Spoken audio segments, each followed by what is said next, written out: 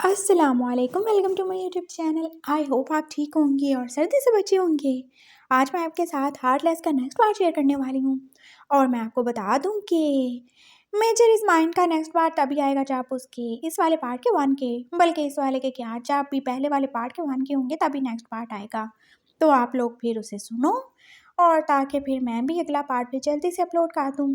और हाँ, आप लोग मुझे ये भी बता देना कि इस स्टोरी के एंड होने के बाद आपको कौन-सी स्टोरी चाहिए? क्योंकि मेरा ख़्याल है मुझे एक हिस्टोरिकल एफ़एफ शेयर करना चाहिए, लेकिन मैं उसमें थोड़ी कच्ची हूँ।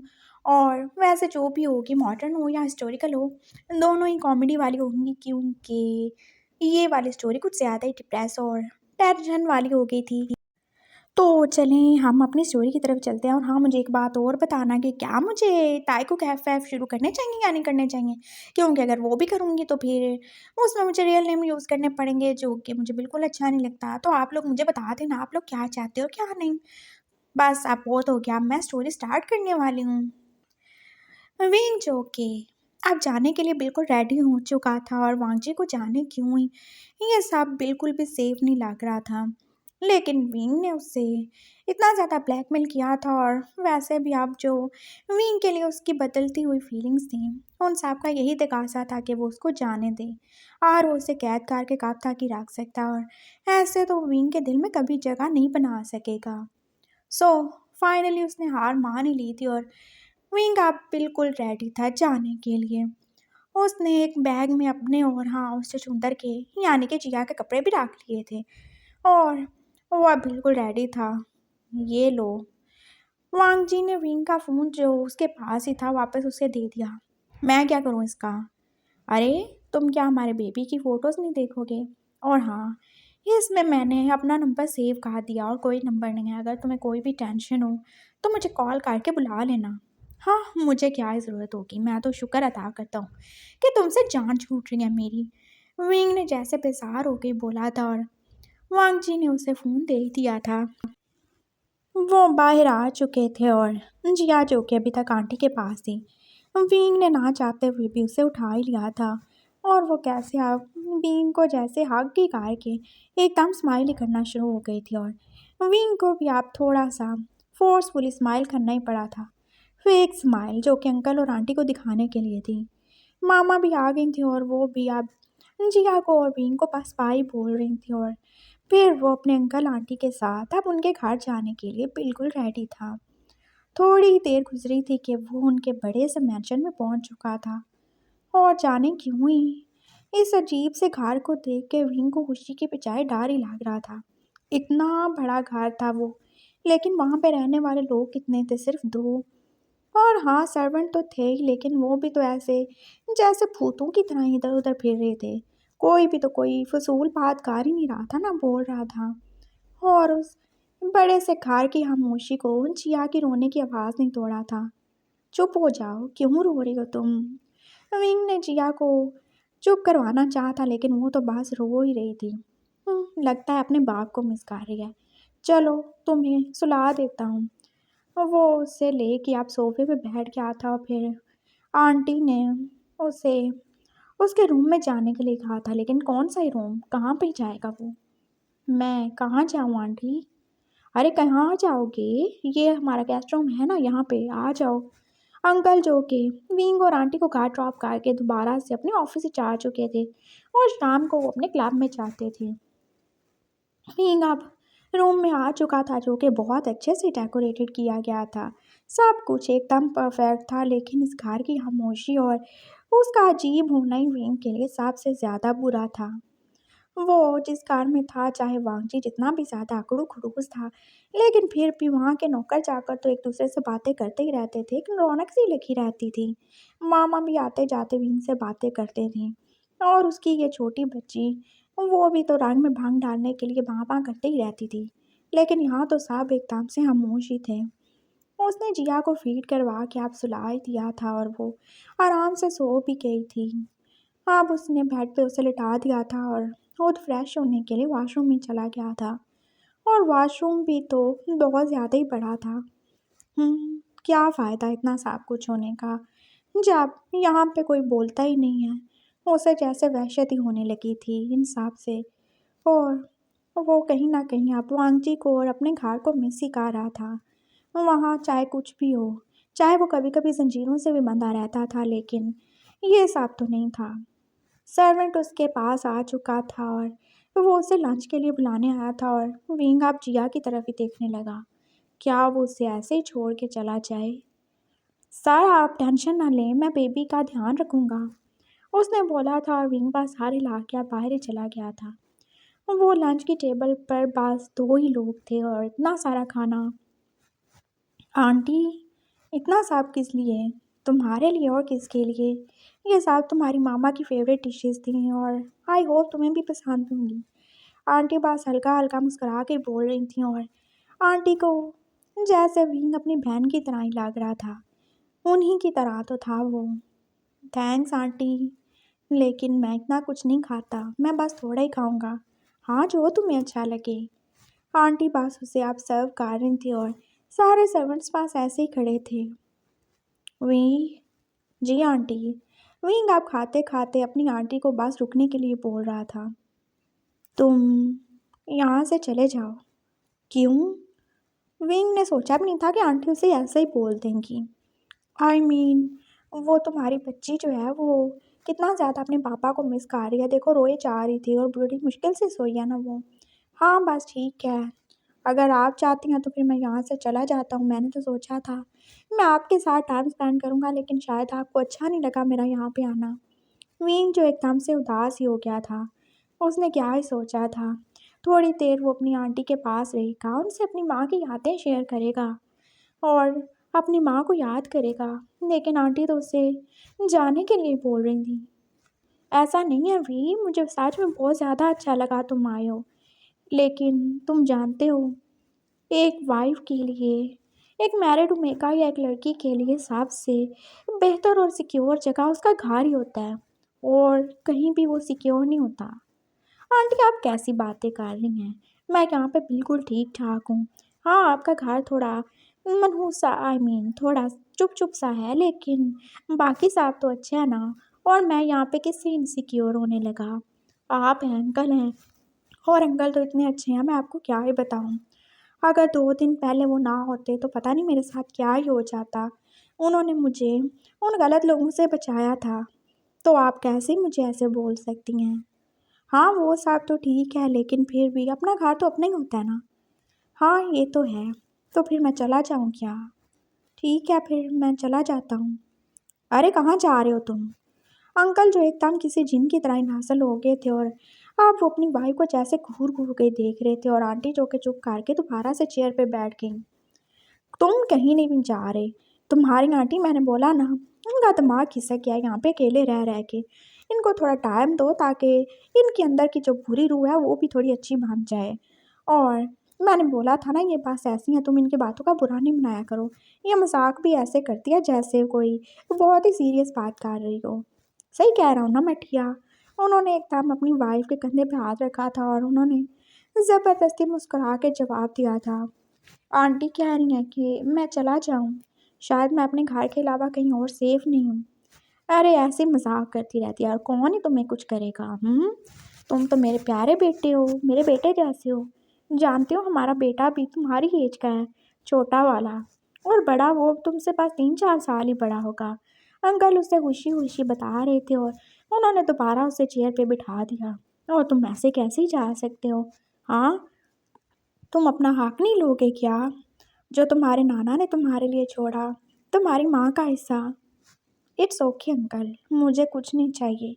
मैं चाहता हूँ आप वो मेरी मामा के नाम पे किसी ट्रस्ट को दे दें, नहीं तो आप आंटी को दे दें, मुझे कोई ज़रूरत नहीं है। अरे ऐसे कैसे ज़रूरत नहीं है, बिल्कुल ज़रूरत है। वो तुम्हारा हिस्सा है, तुम्हें ज़रूर ही मिलना चाहिए। और मैंने देखा वो तुम्हारा क्रूस हस्बैंड तुम्हें कैसे ही दबा के रखता है। अगर तुम्हारे पास अपनी प्रॉपर्टी होगी, तुम्हारे पास अपना पैसा होगा, तुम्हारा कुछ अपना होगा, तो वो कभी तुम्हें ऐसे दबा नहीं सकेगा। जानते हो, अगर तुम फाइनेंशियली स्ट्रांग होगे तो कोई तुम्हें दबा नहीं सकेगा। तुम्हें ज़रूर उसको लेना चाहिए, वो तुम्हारा हक है। और ऐसे तुम खुद को और अपनी बेटी को प्रोटेक्ट कर सकते हो, और तुम्हारा हस्बैंड, उससे डरने की तुम्हें कोई ज़रूरत नहीं है। तुम जब तक चाहो जहाँ पे रहना। समझ गए तुम? वो उससे बता रहे थे और विंग अब सोचने लगा। हाँ, उन्होंने सही कहा था। विंग कमज़ोर था, वो गरीब था, तभी तो वांगजी ने उसकी गुर्बत का, उसकी कमज़ोरी का फ़ायदा उठाया। और जब इंसान की जेब में पैसा हो तो चाहे वो कितना ही बुरा क्यों ना हो, उसका कैरेक्टर कितना ही बुरा क्यों ना हो, लोग बस उसे झुक झुक के सलाम ही करते हैं। और ऐसा वो देख ही चुका था। उसके एक्स हस्बैंड जेवो जुन और वांगजी की मिसाल उसके सामने थी। लोग चाहे उनकी पीठ पीछे कितनी बुराइयां करें, उनको क्या कुछ ही ना बोलते हों, लेकिन जब वो उनके सामने होते थे वो कैसे चुपचाप बात सुने, यह सारी बोलते थे। और विंग ने सोच लिया था, हाँ अंकल बिल्कुल ठीक कह रहे हैं, उसे अपनी प्रॉपर्टी लेनी चाहिए। और जब उसके पास प्रॉपर्टी होगी तो वो वांगजी के खिलाफ कानूनी जंग लड़ सकता है, वो उससे डिवोर्स ले सकता है, वो खुद अपना ख्याल रख लेगा और जिया का भी। और जिया का ख्याल आते ही जैसे वो रुक गया, वो उसका ख्याल क्यों रखेगा, उसे बिल्कुल नहीं रखना उसका ख्याल। हाँ, वो भी अपने बाप के पास रहेगी, कोई ज़रूरत नहीं है उससे। वो जैसे अब खाना खाते खाते रुक के सोच ही रहा था और एकदम उसे बेचैनी होना शुरू हो गई। वो दोबारा से अपने रूम में आ गया था और जिया जो कि अब उठ ही चुकी थी और वो फिर से ही रो रही थी।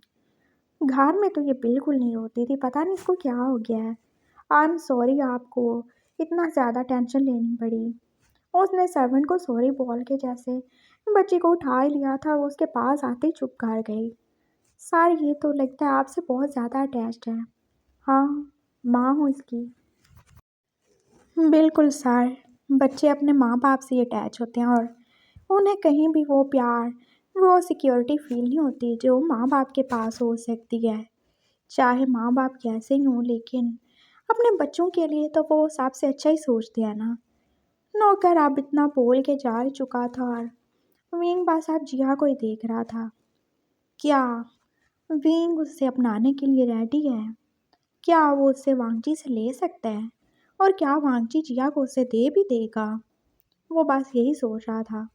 लेकिन उसे तो जिया नहीं चाहिए थी ना, वो तो वांगजी जैसी है। लेकिन अब जिया की मासूमियत और उसकी प्यारी प्यारी हरकतें जो कि विंग को अपनी जानब खींच ही नहीं थी। हाँ, वो उसी का तो खून है, चाहे उसमें आधा वांगजी का नाजायज़ और गंदा खून ही क्यों ना हो, लेकिन उसमें विंग का भी तो खून है। विंग ने उसे पैदा किया है, अपने अंदर रखा है, वो उसे कैसे ही एकदम से डिसोन कर सकता है? बिल्कुल नहीं कर सकता। वो ऐसे ही जिया को देख रहा था और फिर उसने उसे अपने साथ ही लगा लिया था। मामा तुम्हें अपने साथ रखेंगी, वो तुम्हें बिल्कुल तुम्हारे बैड पापा के हवाले नहीं करेंगे। बस एक बार हमारे पास प्रॉपर्टी आ जाने दो, फिर जिया और मामा मिल के रहेंगे, रहोगी ना मेरे साथ? वो जैसे जिया से बातें कर रहा था और जिया जो एकदम से अब हंस ही रही थी। गुड गर्ल, बस मामा के साथ रहना, मामा सबसे अच्छे हैं, वो तुम्हें बहुत ज़्यादा प्यार करेंगे। वो तुम्हारे पापा बहुत बुरे हैं, बहुत बैड हैं वो, उन्होंने मामा को टॉर्चर किया, जानते हो आप, उन्हें इतना ज़्यादा मारा। ये देखो, वो अब जिया को लेके उससे बातें करना शुरू हो गया था और वो तो भूल ही गया था कि वो 1-2 महीने की बच्ची है जो कि ना कुछ समझेगी और ना ही कोई जवाब देगी, लेकिन उसके लिए तो वो उसकी बेटी थी, जैसे वो उसकी फ्रेंड ही क्यों ना हो, जिससे वो अपने सारे दुख दर्द बांट ही रहा था। और कोई भी तो उसके पास नहीं था ना, आंटी जो कि बोलती नहीं थी, अंकल जो कि हाथ से ज़्यादा बोलते थे, और चैंग और यानली, उनसे मिले हुए भी तो साल ही हो गया था। और बाद में उसने कितना ही सोचा था कि उनसे मिल ले, लेकिन वांगजी ने तो उसे कहीं जाने ही नहीं दिया। और ना ही बेचारे चैंग और यानली को बार बार घर आने पे भी विंग से मिलने दिया था उसने। वो आज उन दोनों को मिस ही कर रहा था। पता नहीं वो कहाँ होंगे, क्या कर रहे होंगे, क्या उनकी शादी भी होगी होगी, क्या यानले के भी बच्चे होंगे? वो बस यही सोच रहा था और फिर एकदम उसकी जेब में फ़ोन बजने ही लगा था और उसे पता था कि किसकी कॉल होगी। वो वांगजी था। उसका दिल नहीं चाह रहा था, लेकिन फिर उसे पता था कि अगर उसने कॉल ना उठाई तो वांगजी यहाँ पर पहुँच ही जाएगा। हाँ बोलो, अभी हमें आए हुए 3 घंटे नहीं हुआ, तुमने कॉल करना शुरू कर दी। तुम कैसे हो, ठीक हो? तुमने जाके कॉल तक नहीं की। मैं बहुत ज़्यादा मिस कर रहा था तुम्हें और जिया को। अरे वाह, तुम क्यों मिस करने लगे? तुम तो इस वक्त अपने ऑफिस में होते हो ना। हाँ तो मैं ऑफिस में होता हूँ, लेकिन मुझे पता होता है कि जब मैं शाम को घर जाऊँगा तो तुम और जिया वहाँ पे होगे। मैं उसके साथ खेलूँगा, मैं तुम्हें देखूँगा। मुझे पता होता है, लेकिन आज मुझे पता है ना कि जब मैं घर जाऊँगा तो तुम नहीं होगे और ना ही जिया होगी। मैं बहुत मिस कर रहा हूँ। क्या मुझे दिखा सकते हो जिया को? मैं बिल्कुल फ्री नहीं हूँ और जिया इस वक्त सो रही है। उसने झूठ बोला था और तभी जिया जो कि एकदम बात ऊंची ऊंची आवाज में रोना ही शुरू हो गई थी। झूठ बोल रहे हो तुम? वो अभी अभी उठी है। हाँ तो फिर ठीक है, करो वीडियो ऑन, मुझे दिखाओ उसे। वांग जी ने पकड़ लिया था विंग का झूठ और वांग जी की बेटी ने भी उसका पूरा पूरा साथ दिया था और विंग आप बस मुंह बनाते उसकी तरफ देख रहा था। तो मामा की बेटी थी ना? हाँ, फिर से पापा को सपोर्ट कर रही हो। ठीक है, फिर रहना उसके साथ। मैं भी कोई फीड नहीं करवाऊंगा। ठीक है, कोई पैम्पर नहीं चेंज करूंगा, मैं कुछ भी नहीं करूंगा। जाना अपने पापा के साथ ऑफिस में रहना। वो उसे जैसे डांट रहा था और वांची जो कि हेलो हेलो बोल रहा था। कर रहा हूँ मैं ऑन, आराम नहीं है तुम्हें? उसने जैसे वांची को डांटा ही था और वांची देख रहा था वो कैसे नॉर्मल बीवियों की तरह ही उस पर रोब जमा रहा था और वांजी को ये अच्छा ही लग रहा था। हाँ, अब वो उससे इतनी भी नफरत से बात नहीं कर रहा था। उसने वीडियो ऑन की थी और अब वांजी जिया से बातें कर रहा था। देखो अपने मनहूस बाप की शक्ल। उसने फ़ोन उसकी तरफ हिला दिया था और जिया जो के पास अब हाथ हिला हिला के थोड़ा स्माइल करके अपने पापा से बातें करना शुरू हो गई थी और वांजी चौक के पास उससे ऐसे ही बात कर रहा था जैसे थोड़ी देर पहले हुई नहीं की थी। ओह पापा का बेबी क्या कर रहा है? पापा को मिस कर रहा है ना? पापा भी आपको बहुत ज़्यादा मिस कर रहे हैं। बस अपनी घड़ूस मामा के साथ वहाँ बच्चे रहना और जल्दी से वापस आ जाना। पापा लव यू सो मच। वांग जी ने वहाँ से उसे एक फ्लाइंग किसेस दी थी और जिया जो क्या बहुत ज़्यादा ही खुश होकर जैसे अपने हाथ पाँव मार रही थी और विंग का तो जैसे दिल ही जल गया। हाँ बाप बेटी का प्यार हो गया तो ठीक है, बंद करो मैं कॉल। हाँ तुम्हें बड़ी जलन हो रही है। हाँ हो रही है मुझे। तुम्हें कोई मसला है? बंद करने लगा हूँ मैं अपनी आंटी के पास जा रहा हूँ। उसने कॉल बंद कर दी थी और फिर से उस चुचुंदर को यानी कि जिया को उठा ही लिया था। चलो तुम भी साथ ही चलो, यहाँ पे तुम्हें कौन ही संभालेगा, कोई तुम्हारे बाप का नौकर थोड़ी है। मुँह से लेके अब बाहर ही आ गया था और आंटी जो के अब बर्तन समेट ही चुकी थी और अंकल जो वापस जा चुके थे लंच करने के बाद। आंटी, आपके घर में और कोई नहीं होता क्या? हाँ, होते हैं ना। कौन? वो मेरे 3 देवर हैं, तुम्हारे अंकल के भाई। वो बस कभी कभी घर पे होते हैं, वैसे वो ज़्यादा देर आउटिंग पे रहते हैं या फिर कहीं घूमने ही चले जाते हैं। कभी ऑफिस भी चले जाते हैं। देवर? मुझे लगा आप दोनों यहाँ पे अकेले ही रहते हो। नहीं वो भी हैं, लेकिन वो ज़्यादा देर तक घर नहीं रहते, बस यहाँ वहाँ ही रहते हैं।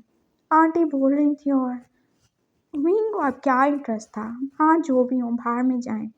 वो बस आंटी के साथ ही था, वो जहाँ जहाँ जाती थी उसके साथ ही जाता था। और आंटी चौकी विंग को ऐसे ही लग रहा था जैसे उसे इग्नोर ही कर रही है। लेकिन कोई बात नहीं, विंग समझते हैं। शायद उन्हें दुख हो रहा होगा ना अपनी मरी हुई बहन के बेटे को ऐसे देख कर, और शायद वो रिग्रेट कर रही होंगी कि काश वो अपनी बहन से उसकी ज़िंदगी में मिल लेती हैं। और विंग समझता है ना, वो भी तो ऐसे ही दुख से गुजरा है। जिया और विंग जो कि सारा घर घूम फिर के देख ही चुके थे और फिर जैसे वो दोबारा से थक के बैठ ही चुके थे। शाम हो चुकी थी और अंकल भी आ ही चुके थे और वो अपने साथ एक फाइल भी लाए थे। और आंटी का तो जैसे रंग ही हो गया था उस फाइल को देखते ही। इधर आओ बेटा। उन्होंने विंग को प्यार से बुलाया था और उसे अपने साथ ही बिठा लिया था। जी, ये रहे तुम्हारे प्रॉपर्टी के पेपर और इन पे साइन कर दो। मैं? इतनी आसानी से क्या सब हो जाता है? हाँ बिल्कुल, क्यों नहीं हो सकता। यहाँ पे साइन कर दो और अब ये सब तुम्हारा। वो एक फैक्ट्री में शेयर्स हैं और तुम्हारे नाम पे कुछ ज़मीनें भी हैं और 2 घर भी तो हैं जो तुम्हारे नाना ने तुम्हारे लिए यानी तुम्हारी माँ के लिए छोड़े थे। ये सब मेरा है क्या? हाँ, इसके अलावा 4 गाड़ियाँ भी हैं तुम्हारी। बस यही कुछ है। क्या ये काम है? वेन को तो जैसे हैरानी हो रही थी। हाँ, काम तो नहीं है, बहुत है तुम्हारे लिए। और तुम चाहो तो अपना नया बिजनेस सेटअप कर सकते हो, बहुत कुछ कर सकते हो। वो उसे एक्साइटेडली बता रहे थे और विंग जो अब उनको देख के और ही ज़्यादा एक्साइटेड हो गया था। फाइनली वो इतनी बड़ी प्रॉपर्टी का मालिक बन चुका था। उसके नाम एक फैक्ट्री के आधे शेयर्स थे, उसके पास घर था, गाड़ियाँ थीं। उसे और क्या ही चाहिए था।